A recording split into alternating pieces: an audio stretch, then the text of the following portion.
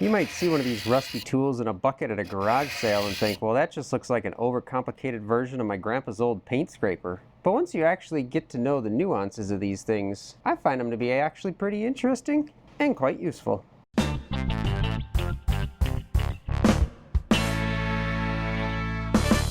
Hey, it's Mosquito, also known as Chris. Welcome to the shop. Today we're going to take a look at a couple of different forms of the Stanley handled scrapers. I'm sure we're all pretty familiar with the plain old card scraper. If you've ever used one of these things for a while, you'll know that I've got these specially adapted thumbs for card scrapers, but if you're just using a straight edge, you have to make sure that you bend it a little bit in most cases to get it targeted to where you want. And that can be tiring depending on the thickness of your card scraper, but also if you use this thing for a while, it'll get pretty warm. I know that Crucible makes this curved scraper so you don't actually have to bend it quite as much because the curve of the scraper will take care of that for you. And they also include this little magnet thing, which is kind of nice, but I need to sharpen this one, I think. I know, I definitely need to sharpen it. And that certainly does help, but you still got to hold this thing back with your thumbs and push on it. And so Stanley came up with this lovely number 80. And this is great as long as what you're working on is flat, because this is flat. If you start getting tired of pushing, you can always pull, and that'll work too. But I saw one of these things at a local tool swap meet, and I thought I would give it a shot, because what I originally wanted to do was create a curved scraper so I could use it for something like a chair seat. Basically what I have is a handle and a scraper.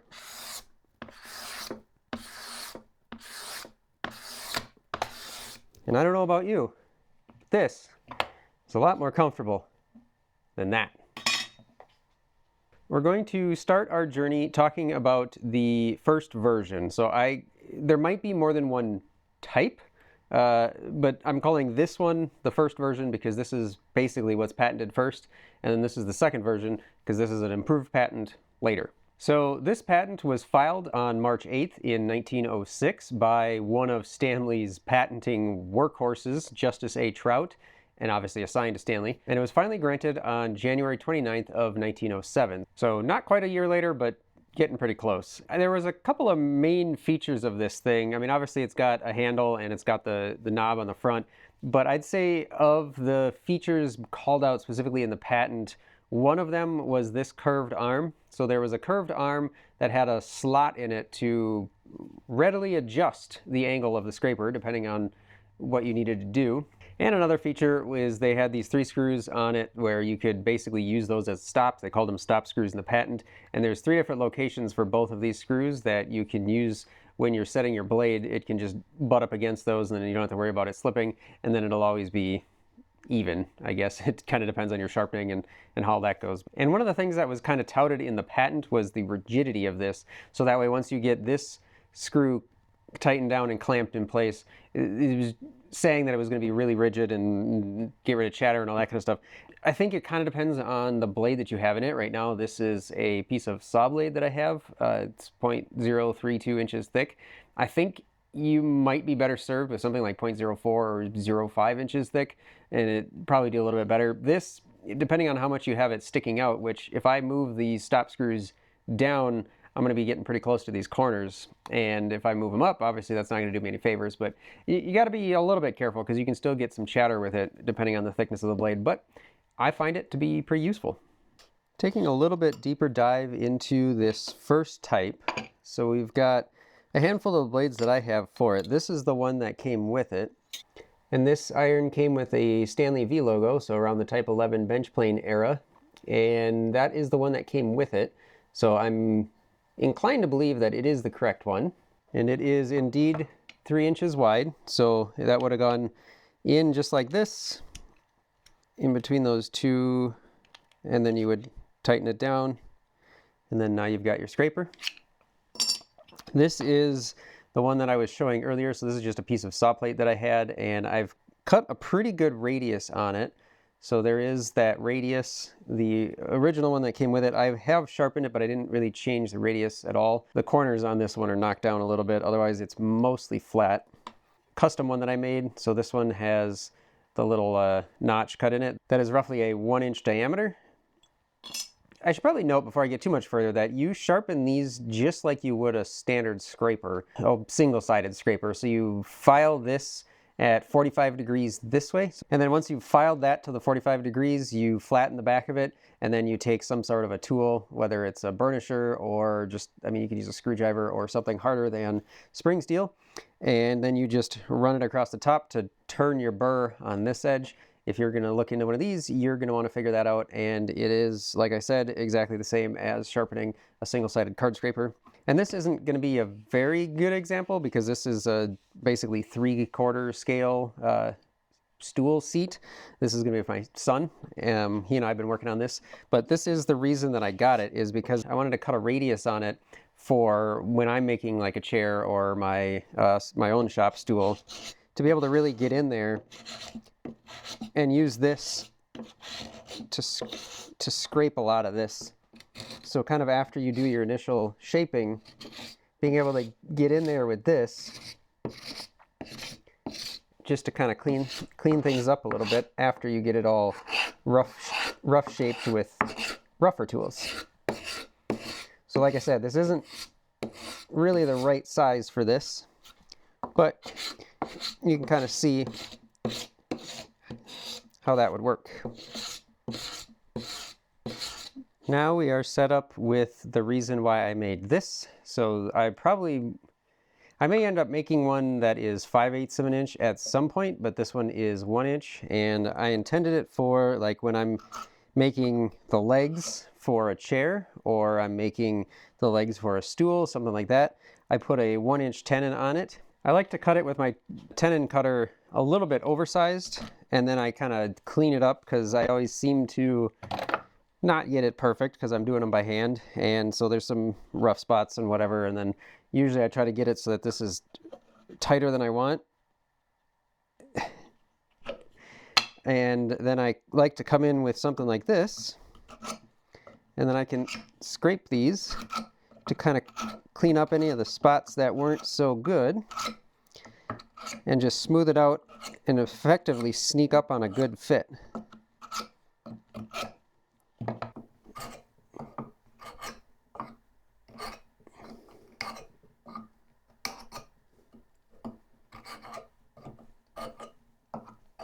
Now, in the original 1907 patent, it specifically calls out a smooth curved arm for infinite adjustability of the angle, but tool history is kind of written in incremental improvements, shall we say.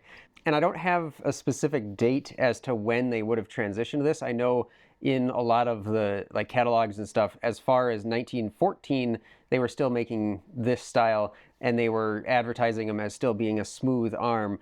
But mine must be a slightly later version than that because it actually has notches where the screw that's used to tighten down the angle actually fits through and it can't infinitely slide. There's just a couple of spots specifically that you can put that thumb screws through so that you can tighten it down. So I'm guessing at some point they probably had issues where the head of it was slipping in use, despite them saying that that shouldn't be a problem. So I think they probably went back a little bit and adjusted that just to make it so that it'll actually hold in place, because realistically, infinite adjustability probably isn't super important. If you have enough adjustability, you can kind of move the handle up and down enough. So I don't think people would be too worried about that part of it, losing out on infinite adjustability within that groove versus a few preset spots. So what I'm going to do is take this thing apart, and the first thing I'm going to do is take out our blade. This is the thumb screw that goes in on the back side. That's what basically pivots it and sandwiches our blade. I don't know if you're familiar with like the Keen Cutter or Ohio Tools bench planes. I am, because I have a lot. So this is very much like that. So you've got the knob with sort of a domed head screw that's countersunk, rather than the barrel bolts that I guess more standard Stanley plane would have had. You have this arrangement instead. There is a screw, kind of like the screw that goes into the frog of a bench plane, and that holds effectively what is basically the lever cap in place. I didn't know that was hollow behind it. That's kind of cool. And here we can see those two screws sticking out from the backside for the height adjustment. And this is also hollowed out for the most part. I think I'm going to leave these stop screws in there, but I am going to take this one out. Not sure if the original would have been a hex nut that looks to be zinc plated, or if it would have been more of like a square nut. I'm not sure. Zinc plating has a bit of a silver color to it, where nickel has a little bit of yellow in it, and this just looks like it's a more modern zinc plated screw. Got our thumb screw here, and it's got the hole through it, so if you need to stick a nail, or what I usually end up doing is I stick an Allen key through there, or I also use like a nail set, and that just gets you a little bit more leverage. So again, with the notches in this arm, I'm not sure that you really need to be cranking down on that thing all that hard, just because those notches, I mean, it can't slide between notches. Like, it barely fits in there the way it needs to, so it can't change. So again, I'm not really sure why. And then there's this pivot screw here, which I need a smaller screwdriver for. Perfect. And this is just the pivot for the head and the handle. So that's just threaded on one side, and then it's got the slotted head on the other. And then that leaves us with our handle, and this is pinned in place. So this tang must go in a decent amount, and then it's pinned. And then they have this brass ferrule on it. And mine has a slight crack going from that little dimple up.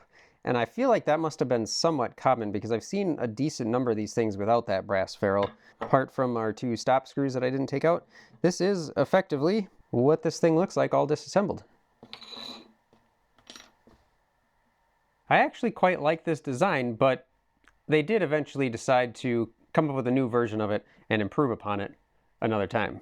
July 7th of 1932, finally granted in July 11th of 1933, Austin Stowell patented, I would say it was basically 3 improvements or 3 updates to the original patent. One of them being no longer using that angled arm. Instead, they went to these teeth that they called the radial serrations, and that's on both the part that goes into the handle as well as the head that holds onto the actual scraper blade itself. Those just look like little saw teeth, and then you can adjust them a lot more than you could adjust the other one. Why you'd want to scrape like this, I have no idea. But it lets you lock this thing in at any angle that those serrations actually seat.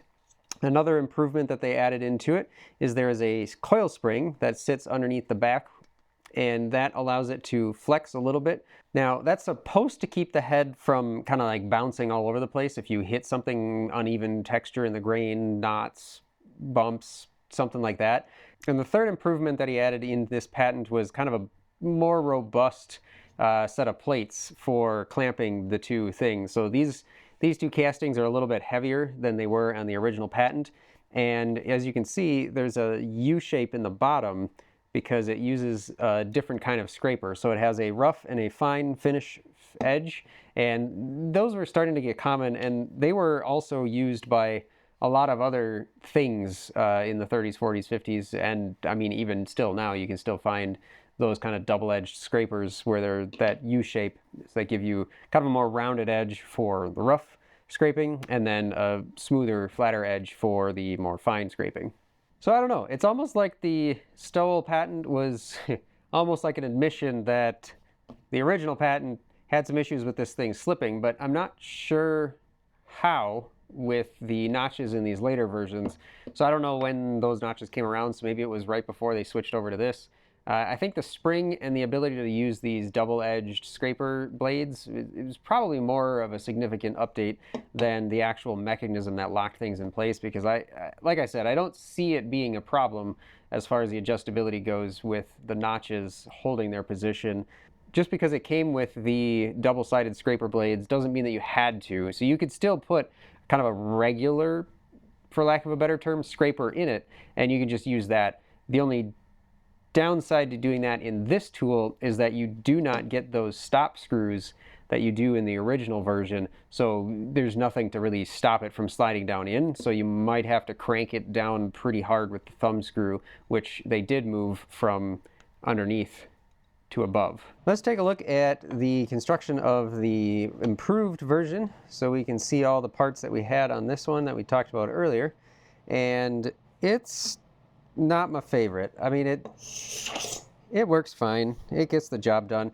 I'm just not really much of a fan of the ergonomics of it. It's a bit heavier than the other version, and I don't like these quite as much. Anyway, let's get this thing torn down and we can see what it's like. First thing I'm going to do is loosen this off, and then I'm going to slide our iron, Stanley, and then on this side on the bottom we can see that says rough, and then on the other side it is finish. And as far as I can tell, the only real difference is this one on the rough side has a little bit of a camber to it, and on the finish side it is a straighter edge. Well, that's about all I can tell as far as the difference goes. If anybody knows anything different, let me know. Thumb screw. We'll take off the knob. Interesting. A panhead style screw, so it's not tapered like the other one, but it is not the barrel like other hand plane totes. Otherwise, the knob on the front of it looks an awful lot like what you would see in hand planes of the era. For its attachment, that's same sort of a concept. It has a screw that goes all the way through that. Take this out, and that is how that is all held together. I don't know if I can get that out, actually. I don't want to break anything.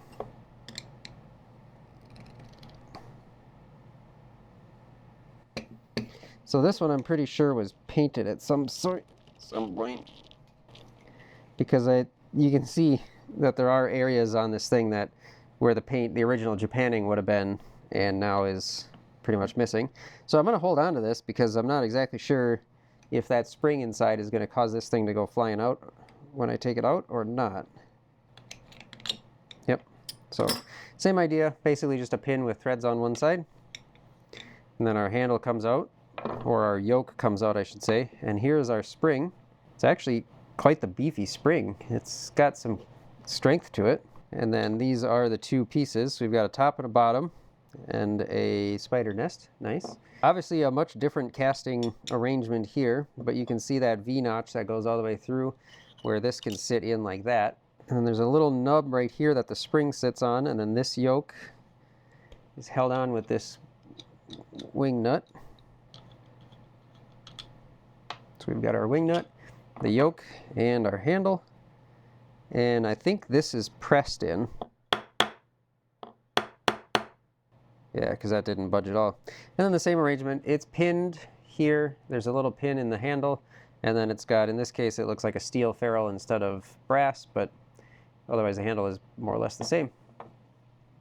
If you've been around this channel for a while, you'll kind of know that I like doing these little deep dives on these things, but I find it pretty interesting that something that started out as a nice, simple, hold a card scraper with a screw through a slotted piece of metal evolved over 30 years into this double-edged, spring-loaded, cog-teeth thing. I have my preference, which is definitely to this original type, but I'd be curious if anybody has one of these things, what you think about it. I really like the ergonomics of this. I think it's pretty comfortable, and this is probably the one that I'm going to stick with.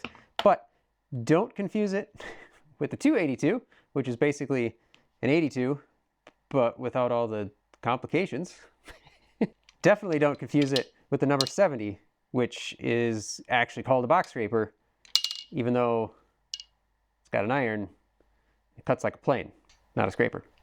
I know these aren't the kind of thing that every shop is going to need, but if any of these use cases, or maybe you just don't want to hold a card scraper, maybe give these a look. You know, keep an eye out for them at tool swap meets, garage sales, whatever. They're not exorbitantly priced, and I find them quite comfortable. I'd be curious to know what people's preferences are, or how they use card scrapers, because honestly, I don't use card scrapers a whole lot. I have several, and now I've got a bunch of these things too for this.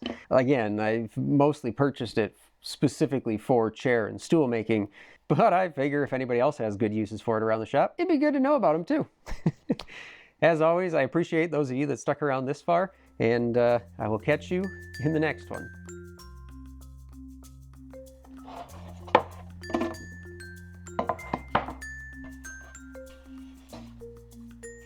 It's actually kind of funny because this whole thing came about when I was starting to work on another project, which very quickly went astray when I ran into a rather large crack of filler in this pre-glued pine board, and I filled it with epoxy.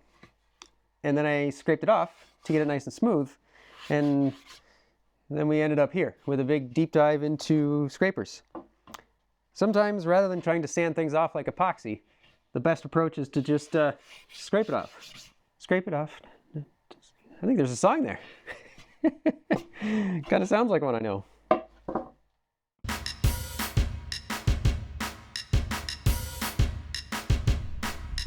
Hamper's gonna tear, tear, tear, tear, tear out. Glue is gonna squeeze, squeeze, squeeze, squeeze, squeeze out. I'm just gonna scrape, scrape, scrape, scrape, scrape it. I scrape it off, I scrape it off. Sand is gonna take, take, take, take, take down. Choking on a cloud of sandy dust. Now I'm just gonna scrape, scrape, scrape, scrape, scrape it.